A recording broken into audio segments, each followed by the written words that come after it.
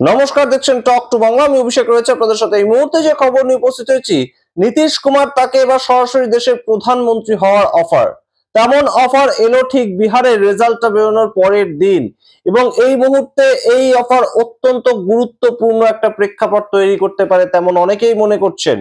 তার কারণ এই মুহূর্তে ভারতের রাজনীতিতে একটা নতুন মুখ, তেমন একটা বিরোধীদের জায়গা থেকে খুব গুরুত্ব একটা ছিল, এবং সেই অফারটা কি কোথাও নীতিশ কুমারকে দেয়া হচ্ছে, এবং বিহারের সম্পূর্ণ রাজনীতি সেটার কি প্রেক্ষাপট বদল হয়ে যেতে পারে এই রকম জয় পাওয়ার পরেও। ভারতীয় জনতা পার্টি তাদের স্ট্রাইক রেট একদম রীতিমতন সবাইকে ছিটকে ফেলে দিয়েছে, কোনো সমীক্ষা মেলেনি, এমনকি অমিত শাহ নিজে অবাক হয়ে যাওয়ার মতন স্ট্রাইক রেট। পুরো বিহার ঢালাও ভোট দিয়েছে ভারতীয় জনতা পার্টিকে।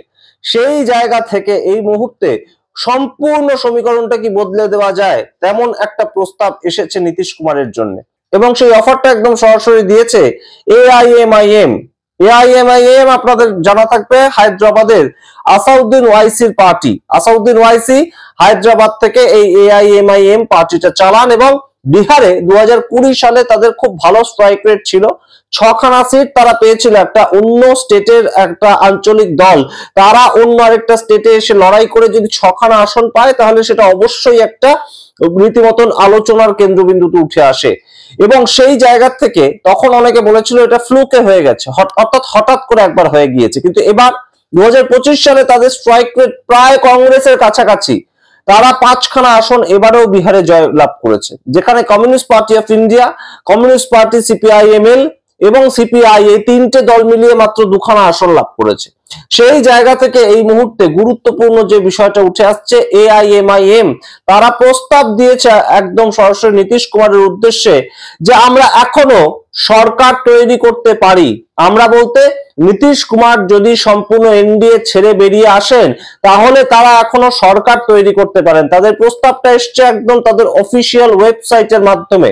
সেই প্রস্তাবের কথা আমরা জানাবো অবশ্যই। এই মুহূর্তে গুরুত্বপূর্ণ প্রেক্ষাপট, এই প্রস্তাবটা শেষ পর্যন্ত কিভাবে একদম রচিত হবে তারা অঙ্ক কষে দেখিয়ে দিয়েছে তাদের ওয়েবসাইটে। সম্পূর্ণটা বলবো, তার আগে অবশ্যই টক টু বাংলা ইউটিউব চ্যানেলকে সাবস্ক্রাইব করে নিন। নীতিশ কুমারের প্রধানমন্ত্রী হওয়ার যে অফারটা এসছে, অন্তত এসেছে তো এবারে, সেই জায়গাটা দেখার জন্য অবশ্যই টক টু বাংলা ইউটিউব চ্যানেলকে সাবস্ক্রাইব করুন এবং এই ভিডিও দেখুন শেষ অবধি স্কিপ না করে। আপনারা জানেন এই মুহূর্তে নীতিশ কুমার, নীতিশ ম্যাজিক এই মুহূর্তে এতটা গুরুতর আর নয় এনডিএর মধ্যে। কারণ এনডিএ প্রমাণ করে দিয়েছে, বা বিজেপি প্রমাণ করে দিয়েছে বলা ভালো, যে নীতিশ কুমারকে ছাড়াও চলে। নীতিশ কুমারের মুখটাই সবচেয়ে বড় কথা নয়, এবং তাদের স্ট্রাইক রেট নীতিশ কুমারের জেডিইউ এর থেকে অনেক বেশি। দুজনেই একই আসনে লড়াই করে, অর্থাৎ দুজনেই 101খানা আসনে লড়াই করেছিল, কিন্তু বিজেপি স্ট্রাইক রেট অনেক বেশি। কিন্তু এই মুহূর্তে যে অফারটা সরাসরি এসেছে এবং যে অঙ্কটা একদম এআইএমআইএম কোষে দেখিয়ে দিয়েছে, সেটা কি আপনাদের একটু বলি। তারা বলছে हम हमेशा जोड़ने की राजनीति करते हैं, तोड़ने की नहीं, इसीलिए अभी भी मौका है। এআইএমআইএম তারা তাদের অফিসিয়াল ওয়েবসাইটে এটা লিখছে। এবার আপনাদেরকে বলি যে হিসেবটা তারা কোষে দেখিয়ে দিয়েছে একদম সরাসরি। জেডিইউ 85টা আসন পেয়েছে, আরজেডি 25টা আসন পেয়েছে, কংগ্রেস 6টা আসন পেয়েছে, এআইএমআইএম 5টা আসন পেয়েছে, এবং সিপিআইএম তারা 2টো আসন পেয়েছে। সব আসন যোগ করলে 123 ফিগারটা দাঁড়ায়, এবং সেই এখানেই কিন্তু 122 হচ্ছে ম্যাজিক ফিগার। খুব গুরুত্বপূর্ণ একটা হিসেব তারা নতুন ভাবে এনে দেখিয়েছে যে এনডিএ কে ছাড়াও যদি নীতিশ কুমার আমাদের দিকে আসেন, আমরা ইন্ডিয়া জোটকে সাপোর্ট করব। অর্থাৎ ইন্ডিয়া জোটের এই মুহূর্তে এরকম তাদের ক্ষমতা নেই যে নীতিশ কুমারকে নিয়ে তারা সম্পূর্ণ বিজেপি বিরোধী একটা সরকার তৈরি করবে, সেই বিষয়টা আসছেই না।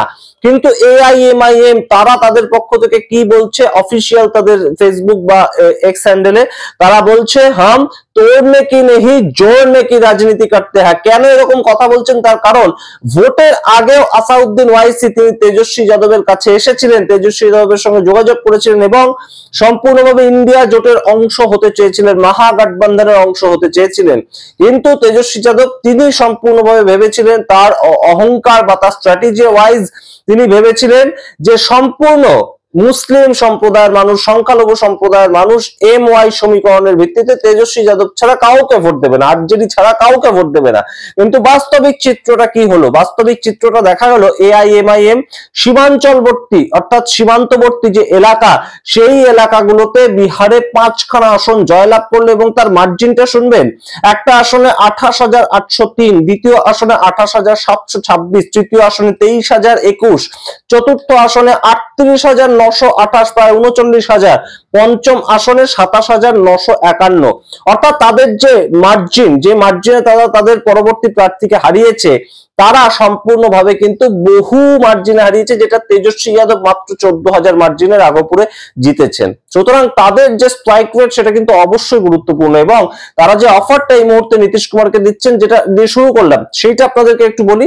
নীতিশ কুমারকে তারা অফার দিচ্ছেন যে এই মুহূর্তে AIMIM তাদের মুখ্যমন্ত্রী হবে।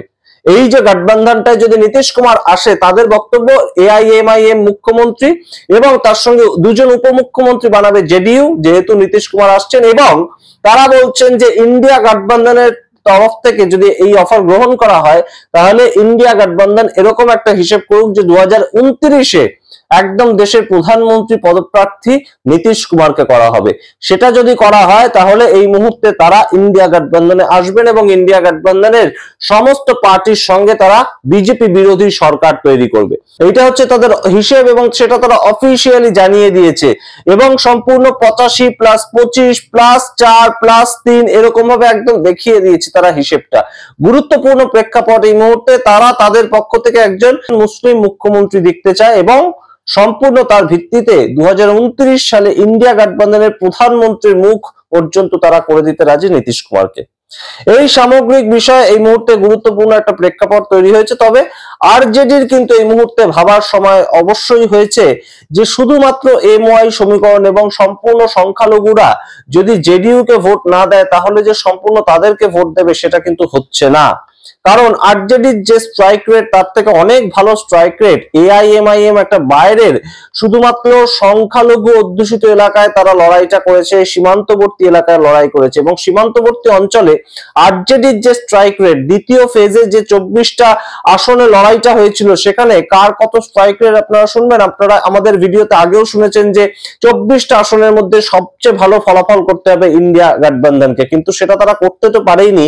এবং স্ট্রাইক রেটটা আপনারা শুনুন, সীমান্তবর্তী অঞ্চল এবং চম্পারণ, এই দুটো জায়গা মিলিয়ে শুধুমাত্র কংগ্রেসের স্ট্রাইক রেট হচ্ছে 6, অর্থাৎ সারা বিহার থেকে কংগ্রেস আর কোথাও সিট পায়নি। 61টা আসনে লড়াই করে মাত্র 6টা আসন পেয়েছে, শুধুমাত্র এই চম্পারণ এবং সীমান্তবর্তী এলাকা ছিল বলে। আরজেডি সেখানে কিন্তু কোথাও কোনো ধরনের সিট নেই, শুধুমাত্র 3খানা সিট আরজেডি পেয়েছে। এবং আপনাদেরকে হিসেবটা বলি যে এই 24টা সিটের মধ্যে যেখানে ইন্ডিয়া গঠবন্ধনের 20টার বেশি আসন বহু সমীক্ষায় বলেছিল, সেইখানে সরাসরি জেডিইউ পেয়ে গেছে 16টা সিট। সুতরাং বুঝতে পারছেন যে এই মুহূর্তে সংখ্যালঘুরা কিন্তু জেডিইউ বিমুখ তেমন নয়, অর্থাৎ এনডিএ বিমুখ তেমনও নয়। সম্পূর্ণ জায়গাটাই কিন্তু নীতিশ কুমারের সম্পূর্ণ যে খেলাটা তিনি ধরে রেখেছেন, ওয়াকফ বিল তাকে একদম সমর্থন করার পরেও সংখ্যালঘু যে সম্প্রদায়ের ভোটটা সেটা কিন্তু নীতিশ কুমারের পকেটস্থই হয়েছে। সুতরাং গুরুত্বপূর্ণ সময় এই মুহূর্তে ভাবার সময় এসেছে। এবং তার সঙ্গে গুরুত্বপূর্ণ যেটা, AIMIM তারা কিন্তু প্রমাণ করে দিয়েছে যে তারা শুধুমাত্র ভোট কাটার জন্য রাজনীতি করতে আসেনি বিহারে, যেটা প্রশান্ত কিশোর করলো। জনসুরাজ দল 3 বছর ধরে প্রশান্ত কিশোর প্রচন্ড খাটাখাটনি করলেন, কিন্তু একটা সিটও দখল করতে পারলেন না। সেটা কিন্তু AIMIM তাদের অবস্থা নয়। তারা সংখ্যালঘুদের মধ্যে তাদের ছাপ ফেলতে পেরেছে এবং সংখ্যালঘুরা কিন্তু এই মুহূর্তে অবশ্যই AIMIM কে তাদের যোগ্য বিধায়ক করে পাঠিয়েছেন। সেটা গুরুত্বপূর্ণ একটা বিষয়। বাম দল সেই গ্রহণযোগ্যতার বজায় রাখতে পারেনি। সেটার থেকেও বড় কথা, বাম দল তো ছিলই, তার সঙ্গে কংগ্রেস একটা জাতীয় দল, বামেরাও জাতীয় দল হিসেবে নিজেদের বিভিন্ন জায়গায় প্রজেক্ট করে। অবশ্যই সেটা communist party of India, Marxist Leninist এবং CPI, তারা সবাই একদম সরাসরি ন্যাশনাল পার্টি হিসেবে তাদেরকে প্রজেক্ট করে, কিন্তু তারাও যে গ্রহণযোগ্যতা পায়নি মানুষের কাছ থেকে, AIMIM সেটা পেয়েছে। কংগ্রেস, ন্যাশনাল কংগ্রেস, তারা যে গ্রহণযোগ্যতা পায়নি মানুষের কাছ থেকে, সেই গ্রহণযোগ্যতা পেয়েছে এআইএমআইএম। তাই ভাবতে হবে সবাইকে, সংগঠন ছাড়া বিজেপিকে বিরোধিতা করা সম্ভব নয়। পশ্চিমবঙ্গের যে অবস্থাটা, যেটা একদম ভারতীয় জনতা পার্টিকে আটকে রেখেছে তৃণমূলের সংগঠন, বুথ লেভেলের সংগঠন, এর আগে সম্পূর্ণভাবে বামেদের পশ্চিমবঙ্গে যে সংগঠন ছিল সেটাও কিন্তু বুথ লেভেলের সংগঠন। তাই বুথ লেভেলের সংগঠন আরজেডিকে বাড়াতে হবে যদি তারা সরকারে আসতে চায়। এটার কোনো বিকল্প নেই। ভারতীয় জনতা পার্টির কাছে বহু মেশিনারি রয়েছে, বহু তাদের দপ্তর রয়েছে, বহু তাদের সিস্টেম রয়েছে, কিন্তু সবকিছুর উপরেও বিহারের মানুষের মধ্যে বিজেপি কিন্তু তাদের নেটওয়ার্ক, তাদের সংগঠন ছড়িয়ে দিতে সমর্থ হয়েছে। তাদের মন্ডল স্তর, তাদের বুথ স্তর সমস্তটা কিন্তু অত্যন্ত স্ট্রং। শুধু তাই নয়, তার সঙ্গে জেডিইউ একটা বড়সড় ফ্যাক্টর ছিল। তাদেরকে মোকাবেলা করতে গেলে 2030 পর্যন্ত অবশ্যই আরজেডিকে নতুন পথ ভাবতে হবে, নতুন পথ বাঁচতে হবে। তো এই মুহূর্তে এআইএমআইএম তারা যে প্রস্তাবটা দিয়েছে, অফিসিয়ালি প্রস্তাবটা দিয়েছে, সেটা আপনাদের সামনে রাখলাম। ভোটের পরবর্তীতে এই মুহূর্তে জেডিইউ তাদের পক্ষ থেকে কি নীতিশ কুমারকে যদি মুখ্যমন্ত্রী পদপ্রার্থী করা না হয় তাহলে তিনি কি কোনোভাবে ফ্লিপ করতে পারেন? নীতিশ কুমার যখন ইচ্ছা যা ইচ্ছা করতে পারেন, কিন্তু নীতিশ কুমারকে কি এই মুহূর্তে মুখ্যমন্ত্রী করার কথা আর ভাবছে না ভারতীয় জনতা পার্টি? আর যদি না ভাবে তাহলে নীতিশ কুমারের কি হাত পা বাঁধা, নাকি এআইএমআইএম একটা নতুন পথ দেখালো? আপনাদের মতামত অবশ্যই কমেন্ট বক্সে কমেন্ট করে দেখতে থাকুন। টক টু বাংলা, অবশ্যই টক টু বাংলা ইউটিউব চ্যানেলটিকে সাবস্ক্রাইব করে দিন। ধন্যবাদ।